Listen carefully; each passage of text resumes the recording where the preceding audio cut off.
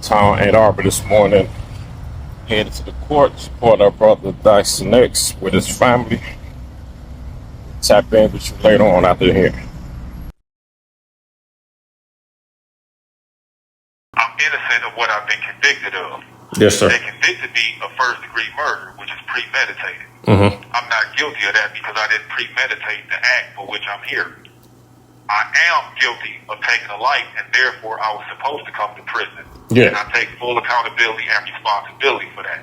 However, under the awesome weight of a conviction that is unjust because I'm not guilty of first degree, what I always realized in my entire walk in life is that I was always greater than my circumstances.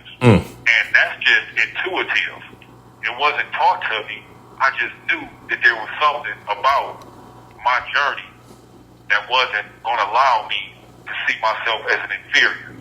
And even before the life-giving teachings of the Most Honorable Elijah Muhammad and the Honorable Minister Louis Farrakhan illuminated my life and brought me to the light and brought me into submission to God's will, I've always loved black people. I just didn't know how to, right? Because I came up under the same enemy that all of our people have come up under. And the number one ideology that this enemy represents is white supremacy. Is that right? Correct. Make us think inferior of ourselves. And one thing about me, bro, people who knew me before my incarceration will tell you, I've always been strong-willed and I've always been stubborn to a flaw and to a benefit, right? So when this enemy told me that I was going to die in prison, never accepted it. Never accepted that. 30 years after the fact, still haven't accepted it.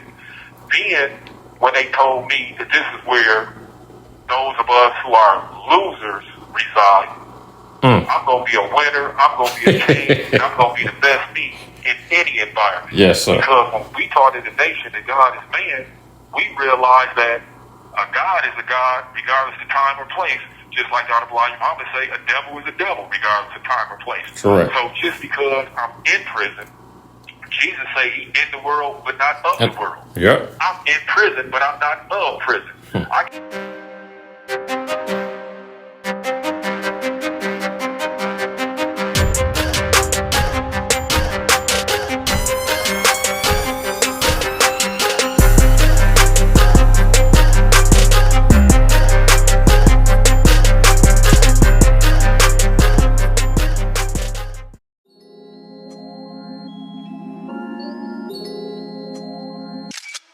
love you.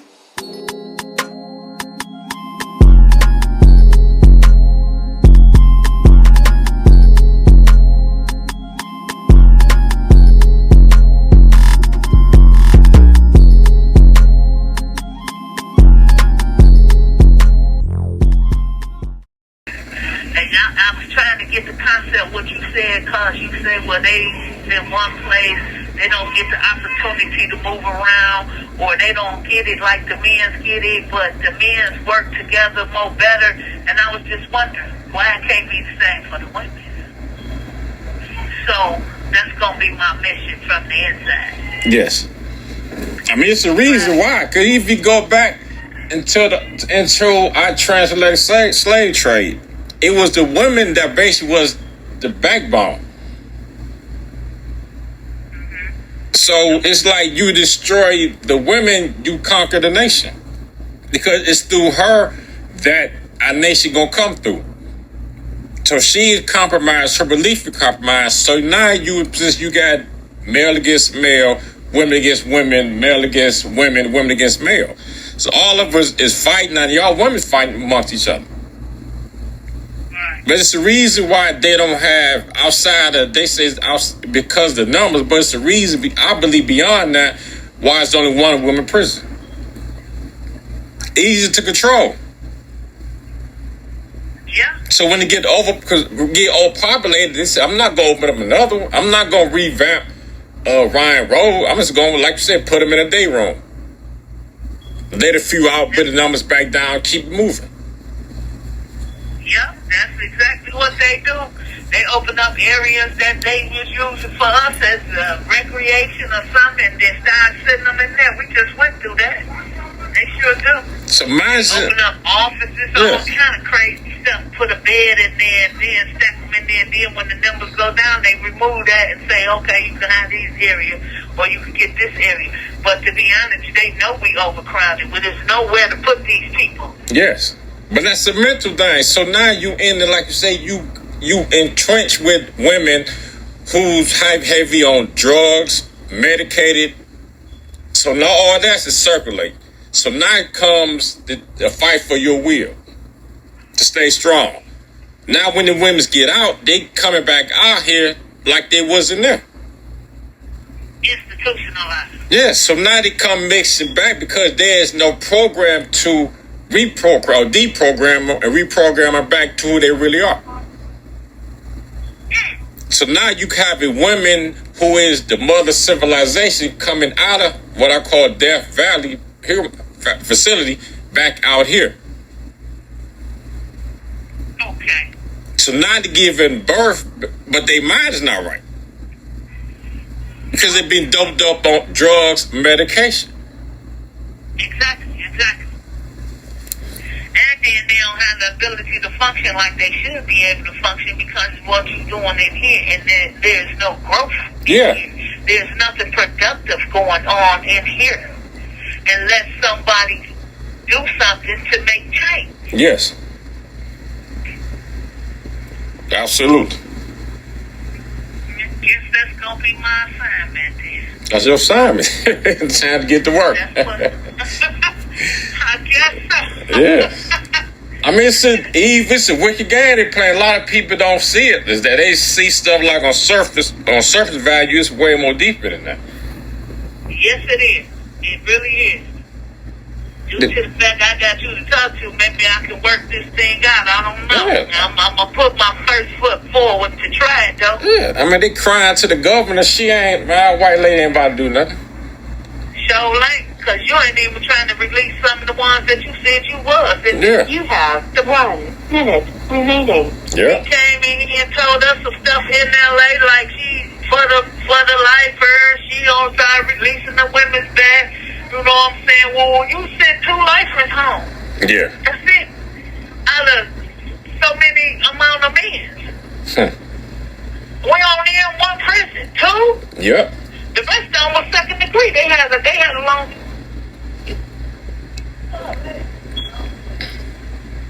Yeah. So yeah, they did. I don't know, but you're right about that. We gotta start our own thing. Well, it's good talking to you. I'll probably call you when you want me to call you back. Go whenever.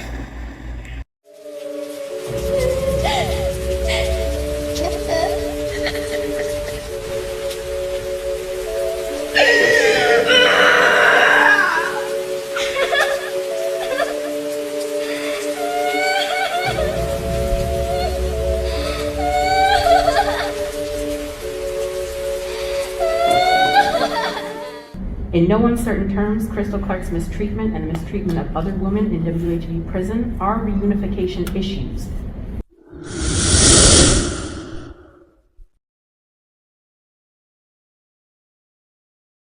Can you explain to me? I know it's painful, but can you explain to me, like, when did all the first begin in terms of you got affected with Mo? How did that come about, and how your body changed from that first day to now? Okay, in 2011, I came here and I was taking showers and I kept on breaking out with the highs. I couldn't breathe, and I kept on going over there to healthcare, and I kept on talking to the doctor. They kept on giving me a shot, Benadryl, and they was like, oh, it ain't nothing. It's probably getting dust and stuff.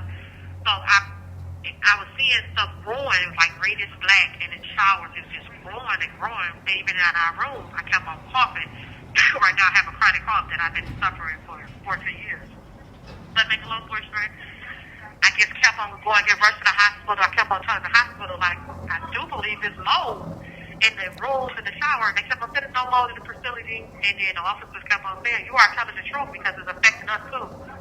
But no one did believe me. So every day it was affecting me. I was getting out of the hospital, being on medication. They kept on saying it was my heart condition because I do have a heart condition. Come to find out in last year, they finally did a swab and kept on spitting up greenish black stuff coming up. So they took it out to get tested. And I tested positive for mold in my lungs and my ears. But I saw a specialist, an allergy specialist in 21, I do believe. And he did a whole bunch of tests. And he told me, he said, I have never had a case like this. That when I test you for everything else, you was fine. When I test you for the mold, the antibiotics, it was so high. He said, it was just unbelievable. He wrote a report and told them, house certain mold, she's not allowed to be in there. Like no dusty, no mold, no like leakless toilet seats. He asked them for a report on it. They wouldn't send me back to him, but that's how I found out I was allergic to the mold. And then last year I got tested and I tested positive for it. I never saw nothing like this. Actually, you could see it growing out my ears, like actually the mold, like it's just growing out my body, my chest and everything. But make a long story short, they took me off the medication that I was on for the mold, and they took had me do it for 5 weeks, and took me to do an MRI, and told me, well, it's not on your brains, it's not there, and it's just been getting worse and worse. Like when I say that I have to sleep sitting up sometimes, get emotional right now, like it's affecting me daily, like my walking and hit my joints and my memory. Sometimes I can't remember how to even spell a name or numbers. I had to write down. Other people have to help me.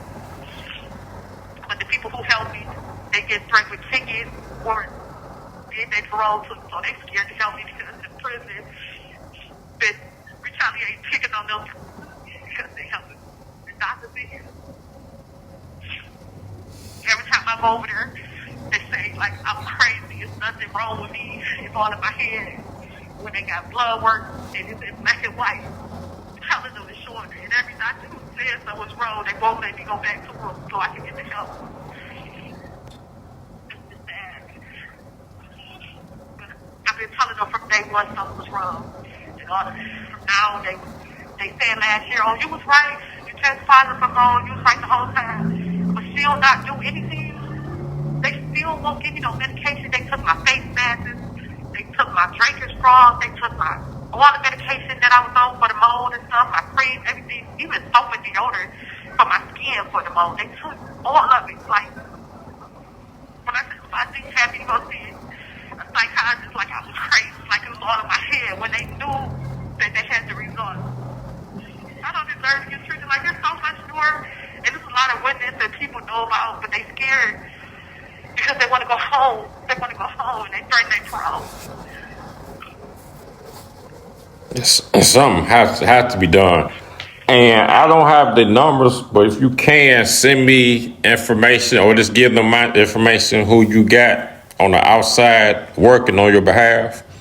So I would like to connect with them and do anything that I can. Yeah, because it's a group of them too. They get in this little group chat. They send some stuff together as we speak, and they can send some flyers and stuff.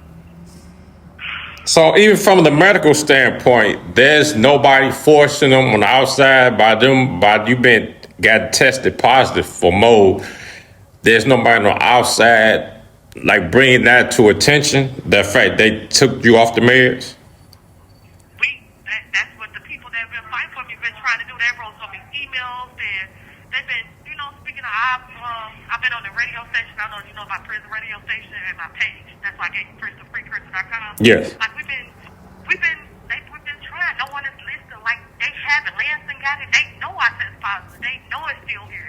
They won't send me out. They won't give me no medication. He took the Benadryl. Man, it's so sad what's going on here. Even the officers, like I have never thought nobody could treat it the way you have been treated. And my whole time working, like it's unstoppable. My whole face right now, my whole body is swollen. It's hitting my skin like it's turning me dark. It even twists my face because one of the symptoms they told me I had Bell palsy. I never looked like this. I've been changing and changing. I'm like, what is going on? And then I looked up the mold and I test positive. They couldn't see my face like that. They not trying. I go over there. It's growing out my ears. They say ain't nothing wrong. Oh, clip some soap and water in there. It's like I'm a dirty person and when they know that they have got it in black and white. is I know, and crazy when I look at you up and how they don't put your picture how you formally look. They put the picture up there how you look now. Yeah, but that's the thing. When I started speaking out, they told me they weren't gonna keep that picture up there because I had my picture that when I was like that. Yeah. So they knew that I was trying to get help, so they shamed me. They picked that up there to try to shame me. They are so dirty. It's too many people can tell you what they've done and what they're doing. When I go over there, they holler at me. They just talk nasty to me. Won't help when I leave. They put face up in the computer like nothing is wrong, and they know it is. Like, it's crazy. So every day I just push myself, like, Lord, please, they help. Don't let me lose my life in here. I see so many people that I've ruined, so working out here that been begging and trying to help, and they gone. They gone. Everybody I was talking to, they was like, we have to find some way to get this out in the head. Yes, I would do anything I can on my part to do that.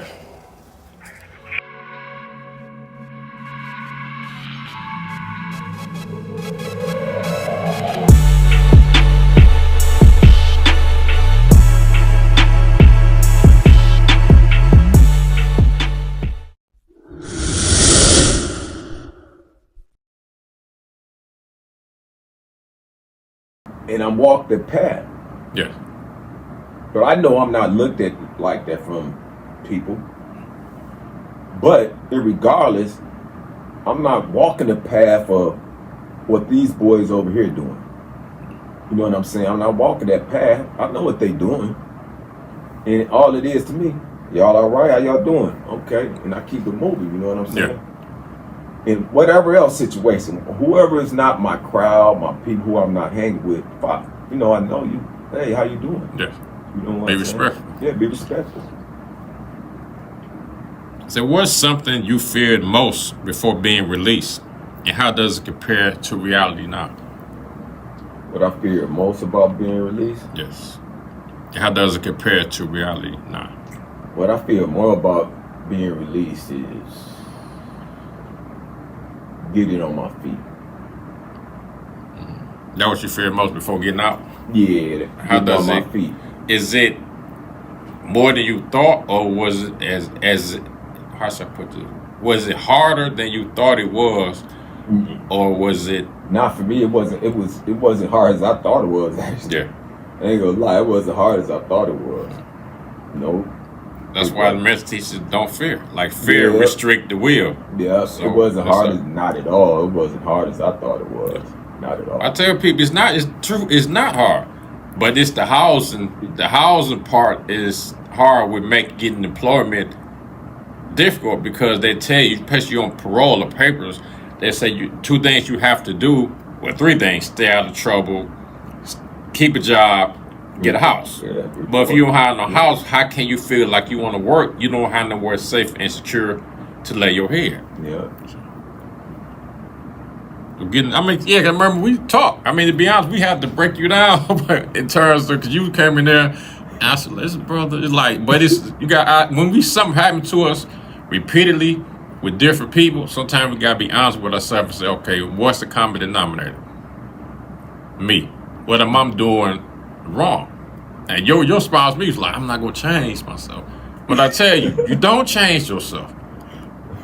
I'm saying, I told people all the time, there's nowhere I go, even while I'm over here inside the jail, that no, I'm not in Nation Islam. But I don't have to wear no shirt saying I'm a student of Minister Louis Farrakhan. Mm-hmm. I don't have to wear no hat saying this, but they know me based upon my name. We had conversations, but they know in terms of your principles, your morals, you stand by that. But you got to learn how to articulate your words in a manner where they feel, okay, well, you know what we're talking about. Because a lot of times, especially me, they don't want me in here. Because you got people in here with degrees, but yet they can't move in and out like I can. So, but I know if I make one mistake, like Marv, by him being locked up, so he basically setting the paradigm. If he mess up, I mess up, don't close the door for anybody that was locked there trying to get up in here. We know that. So it's a line that we have to carry, but yeah, we still got to carry ourselves in terms of who we are, staying true to yourself. So when I told you that, and I would tell people all the time, it's like, you tell your story. It's like movies. You got a PG-13 or rated R movie. Same with music, rock music. You have the explicit, you have the clean version. You got to figure out when to give the people the clean version. That don't change who the artist is. Yeah. You're dealing with children. Yeah. Whether they or not. Mentally, you're dealing with children. Because everybody not going to be sympathetic with our journey for coming to prison. So you got to say, okay, like you say, you've been locked up. And I told you, never come out and say you beat somebody's ass or then you end it with self-defense. They ain't going to hear that it was self-defense. They're going to hear with this big-ass black dude beat somebody's ass. But you ended with, but it was self-defense. Like I say, you started with that. You basically not butter them down, but you make them feel comfortable explaining to them, like, this is what happened, and leave out the gruesome details, and like that. Yeah. Like I told you, what I'm in here for. Because I ain't gonna be like, y'all was in here for murder. No, hell no. So I had to explain to him when I was 17 years old, I was involved in drug transaction. Unfortunately, an individual lost his life. That's different as opposed to, I was locked up for murder, I killed somebody. Yeah. Not saying the first statement gonna get me a job, but I'm saying they at least give him ear and say, okay, but Dad, this happened 30-some years ago. He was young. I'm showing remorse, which I am. Sometimes people that do or feel remorseful don't know how to articulate it to the people they dealing with. And a lot of times the door that could have been open is closed based upon our presentation. So that's what I'm saying. That's why you coming in right away. It's like every day. It's an interview process. Yeah, that's why. I've been told that. Q told me that. Yeah. He told me that also, man. Yeah, that you gotta soften your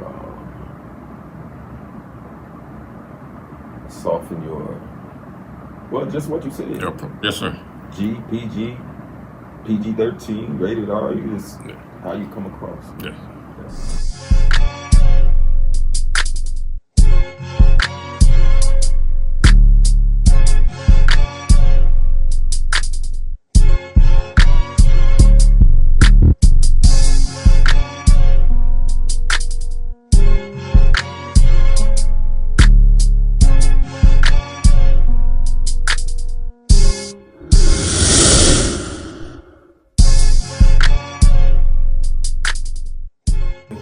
Disappointed. I have a right to feel the way I felt.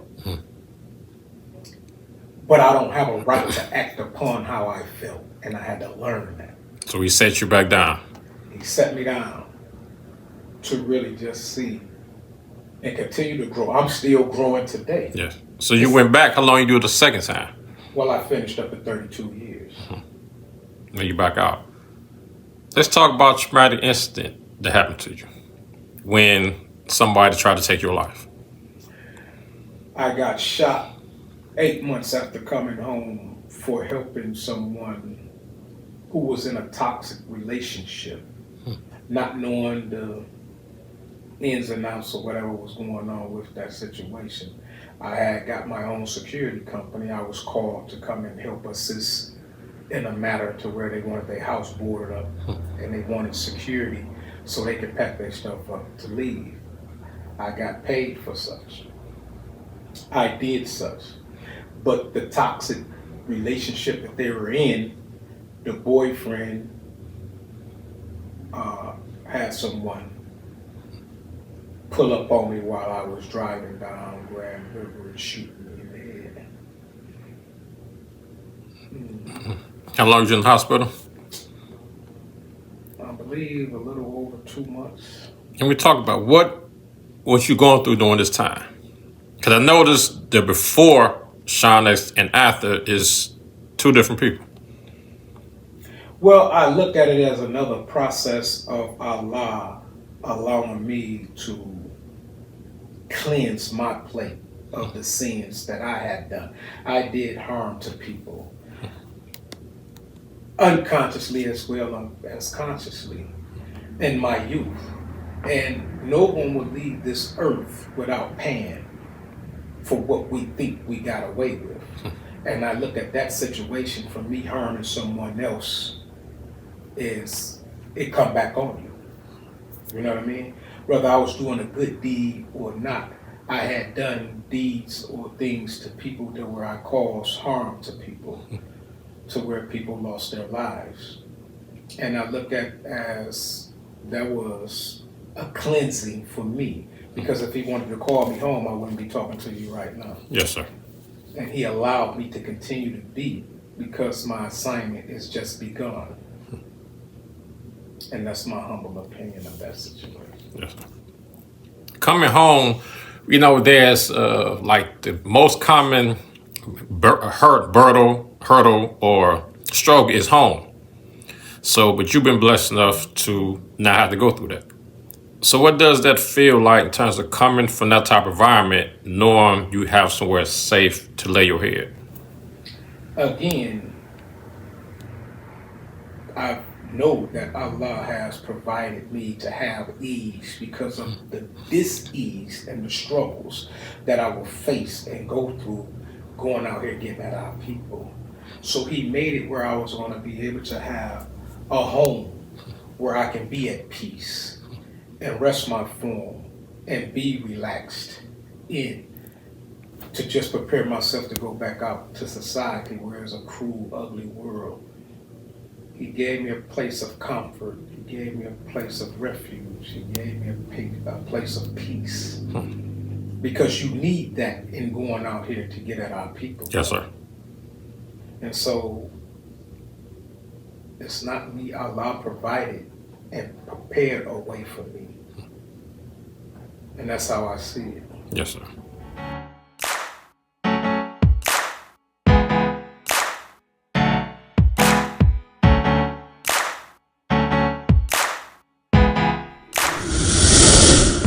When I wake up in So how did your mind change in terms of what was the shock going from being out here at 18 years old, being thrust in a whole different environment where basically there's no rules?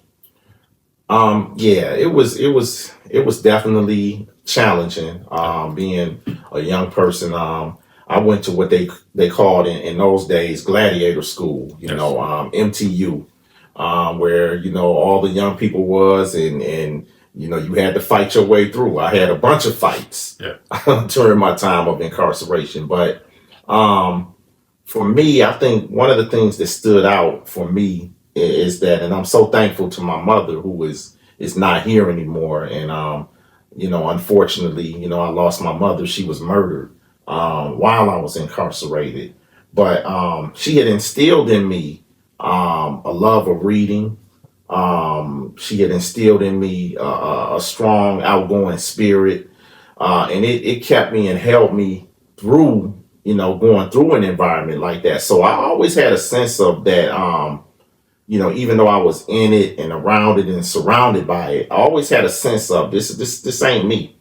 And I always had a sense of that I know I'm better than this. Not that I look down on anybody else, but after the years and years of going by and being around different people, I just felt like I had more potential in me that needed to be unlocked. So that's one of the big things that stood out to me is that what's the young man? He's got the song out. They not like us. Yes, Kendrick Lamar. Yes. I had a Kendrick Lamar like, nah, they. I know I'm better than what I'm seeing and what I'm around and what I'm hearing. Yeah. So that's what it was for me, man. Knowing better was inside of me. How long did you do? Altogether, I did 15 years. So when you came out, so you was how old when you came out? I was 36 when I came out. So that's a whole life in itself. Yeah. So what was your mindset when you? Obviously different than when you went in. So what was your mindset once you stepped back on this side? Well, it was tough. Number one, here in Michigan, man, they have this parole board where they hit you with these what they call flops. Yeah. When you think you're gonna get out, you want to come home, but they look at your disciplinary record, or either as what we know today, they have a quota of how many people they let out. Yeah. And once so many people get let out, they have to keep their numbers up. Yeah. So they would what they would call flop you. So you would actually end up doing more time than what you're supposed to had on your sentence. But coming home from prison, I tell guys now, because people sit up in prison and they come up with these master plans. I mean, we write everything down, we plan everything. But what I tell people today is it's from my experience, it's impossible to plan exactly what you're going to do and what's going to happen when you get out. You can do it to the best of your ability, and you should have a framework. But there is nothing that can prepare you for the day that those doors open and you walk out of there and you have to put your life back together. Everything that you thought, you had to throw away. Yeah. And you got to go back from the drawing board from when you get out. So yeah, going out, when I came home and, after being long, my mother was gone, everything had changed. It definitely was one of the hardest periods of my life. Yes. Absolutely. Did you have, so in terms of percentage, like you said, your goal, your plan that you had to get when you got out, percentage wise, how much of that actually was able to materialize? And the other you had to just scrap and start over? Well, for me, and being a minister, being a pastor today, I have to say 100% of what I planned and what I put in my mind came to pass over the years. I've been home now for 18 years. Yes. But I strictly give that credit to my faith. If it wasn't for faith and if it wasn't for God in my life, I wouldn't have made it. Yes. Period. But I did, when I came home, I fell off though. Yeah. I was in the Word my last 7 years of being locked up, and people call you jailhouse Christian and all that stuff. And all people get in here and turn to religion. Well, I had got to a point in my life where I couldn't function. I really had to rely on that spiritual strength to take me the rest of the way. Yeah. But when I came home, I was on point. I was good for about 3, 4, 5 months. Yeah. Man, and I fell all the way off. I was back in the game. I had to try it because it was so hard. It was like culture shock. Yeah. Everything that I wanted to do, I end up going back. Fortunately, when I went back, man, the Lord didn't let me fall all the way back into it. Some things happened, and I saw some writing on the wall that kind of made me say, wait a minute, I'm not going that route. I have to face my fears. Yes, sir. And that's what a lot of it was. It was just the fears of, believing that you can make it, believing in yourself. You can do it. In the days when I was growing up and hustling, it was always quick to resort to the streets or easy money or going to do it this way. When things got tough, I had to get to a point as a grown man to learn how to stick it out, learn how to not give up, learn how to not throw in the towel when everything was going bad. Perseverance. And eventually, by persevering, things started to get better. But I really had to humble myself. I really had to bring my expectations down and be patient and work hard. Yes, sir. So I tell anybody, hard work and humility, it's got me where I'm at. But it's not a game. If you don't come home and there's a few people who, when they get out of prison, they have a silver spoon waiting on them. Yeah. They have a family waiting to embrace them and hold them up and different things like that. But the majority of us, we don't have that.